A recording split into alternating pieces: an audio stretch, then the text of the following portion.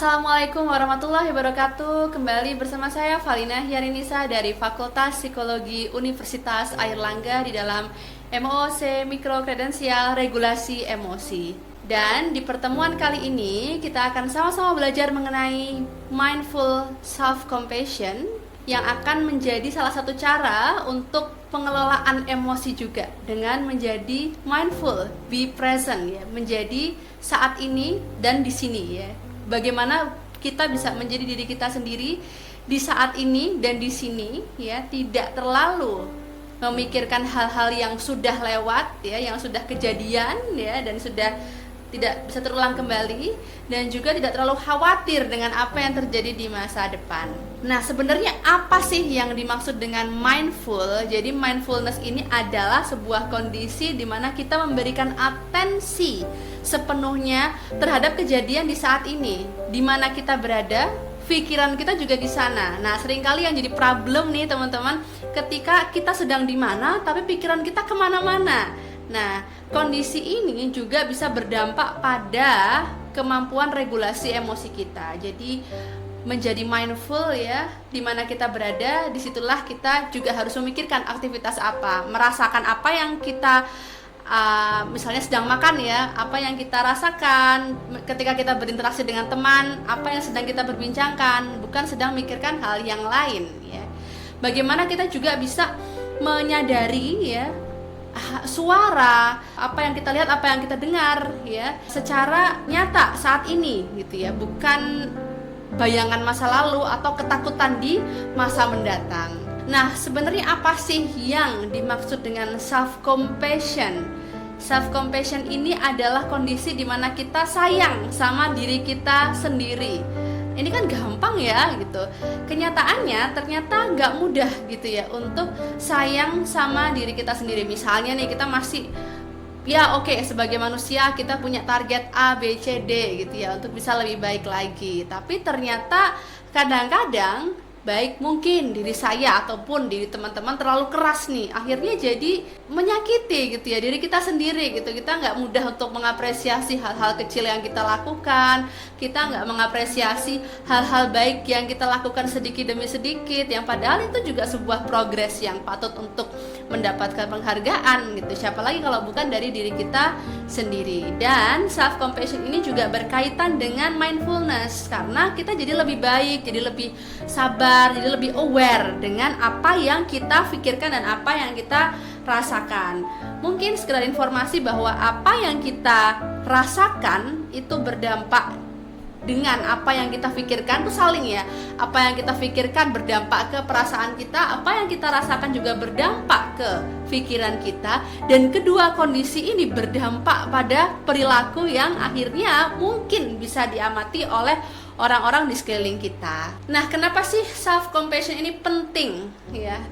Yang pertama, dia bisa membantu untuk mengatasi ya, atau berdamai dengan tantangan ataupun disappointments ya, hal-hal yang mungkin tidak sejalan dengan ekspektasi atau bayangan dalam diri kita ya. Kemudian bisa mengimprove ya self esteem dan self worth ya, harga diri kita sebagai manusia, self esteem kita, harga diri kita, potensi yang kita miliki, hal-hal positif yang kita miliki. Nah, bicara soal self esteem ini bukan berarti kita hanya dianjurkan untuk menerima hal-hal baik saja, tentu tidak ya, karena manusia itu sepaket ya. Manusia itu sepaket, positifnya ada, negatifnya juga ada ya. Kita nggak bisa nih unfair dengan hanya fokus sama positif-positifnya aja, tapi kita abai sama negatif-negatifnya. Ataupun sebaliknya, kita terlalu meratapi negatif-negatif ya, hal-hal negatif dalam diri kita, jadi abai dengan hal-hal baik yang sebenarnya itu bisa dikembangkan juga.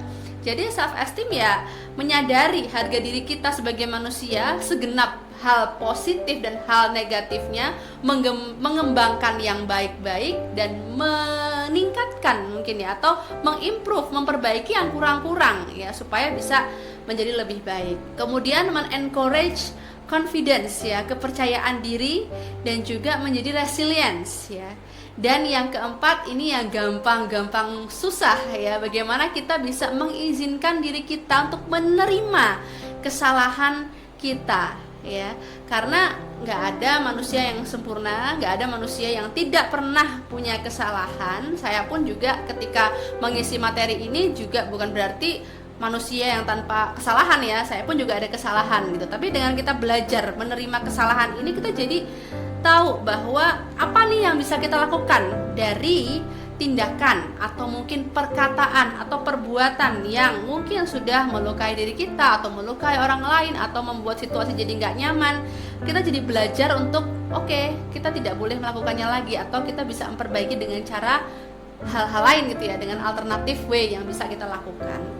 Kemudian harapannya self compassion ini bisa meningkatkan perilaku baik gitu ya, positive vibes yang bisa kita berikan kepada orang-orang di sekeliling kita gitu. Karena kalau misalnya kita nggak sayang sama diri kita sendiri, rasanya akan sulit gitu untuk bisa menyayangi orang lain juga gitu. Mungkin ibarat yang paling mudah gitu ya, ketika kita dalam pesawat ya, ketika dalam bahaya, otomatis kita akan menyelamatkan diri kita sendiri, baru orang-orang yang kita sayangi ya. Sama halnya dalam konsep pertolongan pertama psikologis gitu ya, ketika kita sebagai teman, sebagai pasangan, sebagai anak, orang tua ya, sebagai apapun peran kita di dalam publik ataupun di ranah domestik, tetap pastikan bahwa kitanya aman dulu nih, kitanya sehat mental dulu sebelum akhirnya membuka ruang untuk menolong orang lain.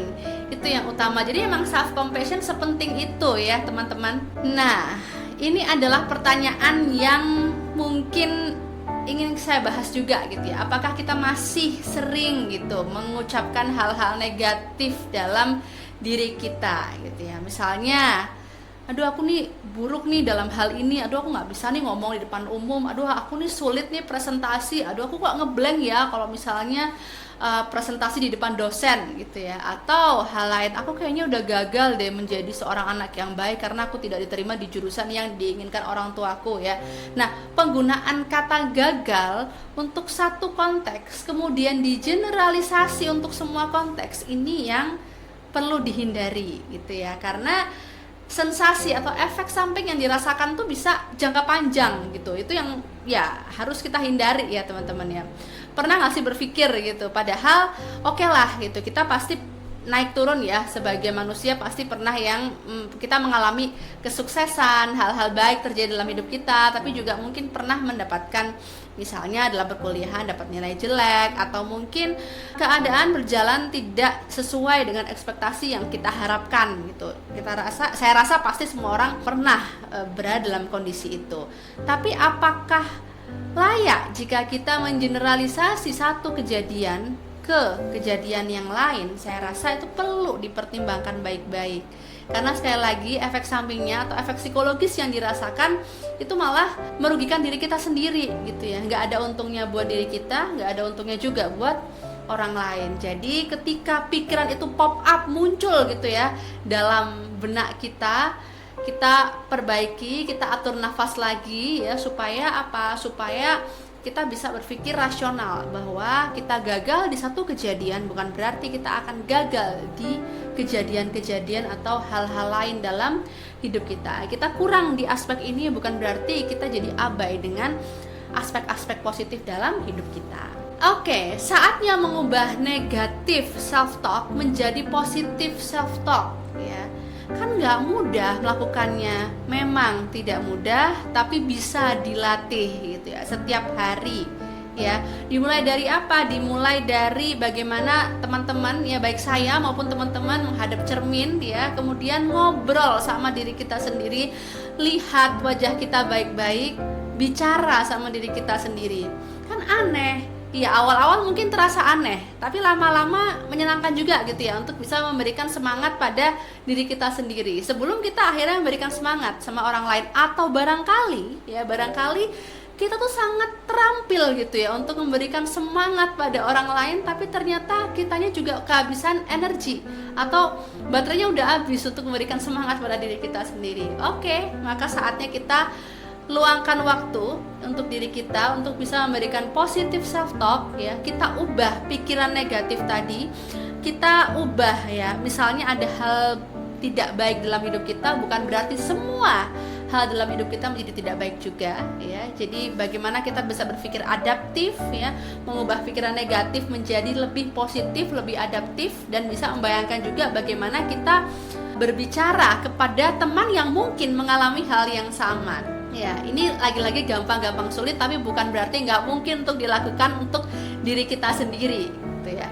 Kalau misalnya teman-teman nih, misalnya ada yang curhat ke teman-teman ya, kemudian dia menceritakan masalahnya mungkin dengan keluarga atau dengan teman atau dengan dosen atau dengan gurunya, kita pasti memberikan sejumlah kalimat-kalimat positif yang sebisa mungkin membangkitkan semangat teman kita atau lawan bicara kita supaya oke, kita harus survive dengan kondisi ini. Oke, kamu bisa kok, kamu sudah melakukan yang terbaik.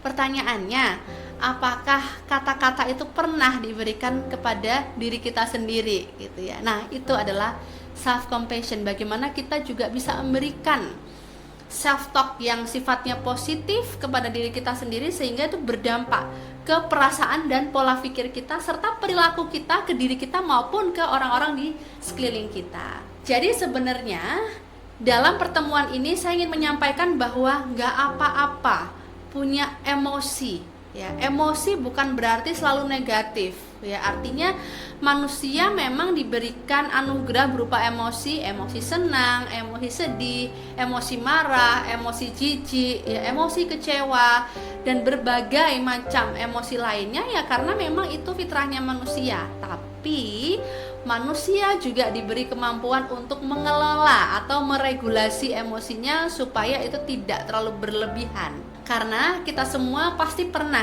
merasa kecewa, sedih, marah gitu ya, ketika nggak berjalan ya, keadaan tuh tidak berjalan sesuai dengan keinginan kita. Tapi nggak sebaiknya juga kita mengatakan atau mengeneralisasi bahwa akhirnya semua hal dalam hidup kita buruk gitu, atau kita nggak bisa memperbaiki ini gitu. Padahal kita masih punya masa depan, kita masih punya hal-hal yang mungkin menjadi PR, menjadi target yang bisa kita perbaiki. Yang nggak bisa kita perbaiki tentu adalah masa lalu ya. Masa lalu itu mungkin saya ibaratkan seperti ketika kita berkendara gitu ya. Ketika kita berkendara ya, kita bisa melihat ya belakang atau samping kita dengan spion gitu ya. Belakang atau samping itu masa lalu ya. Artinya ya kita bisa melihat atau kita bisa mengenang, bisa mengingat hal itu.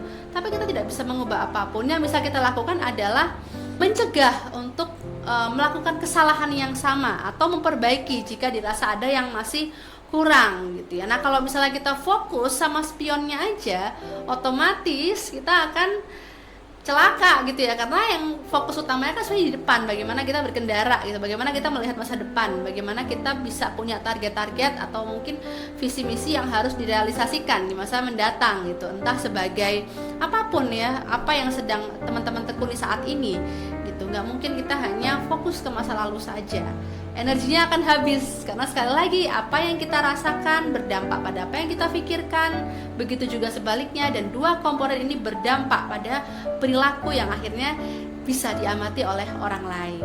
Baik, jadi alih-alih punya negatif self talk ya, mungkin kita bisa mencoba untuk berkata pada diri kita sendiri ya, semua orang pernah punya salah, aku pun salah, nggak apa-apa, aku pun nggak sempurna, nggak apa-apa, tapi aku sudah melakukan yang terbaik versiku gitu ya. Dan belajar hal baru termasuk positif self talk ini nggak gampang, nggak mudah, tapi aku bisa dengan terus berlatih, dengan terus mengasah diriku, apapun ya, nggak cuma konteks ini saja, tapi dalam konteks lainnya, menjalankan peran-peran kita ya, multi peran ya, entah di konteks domestik maupun di konteks publik ya.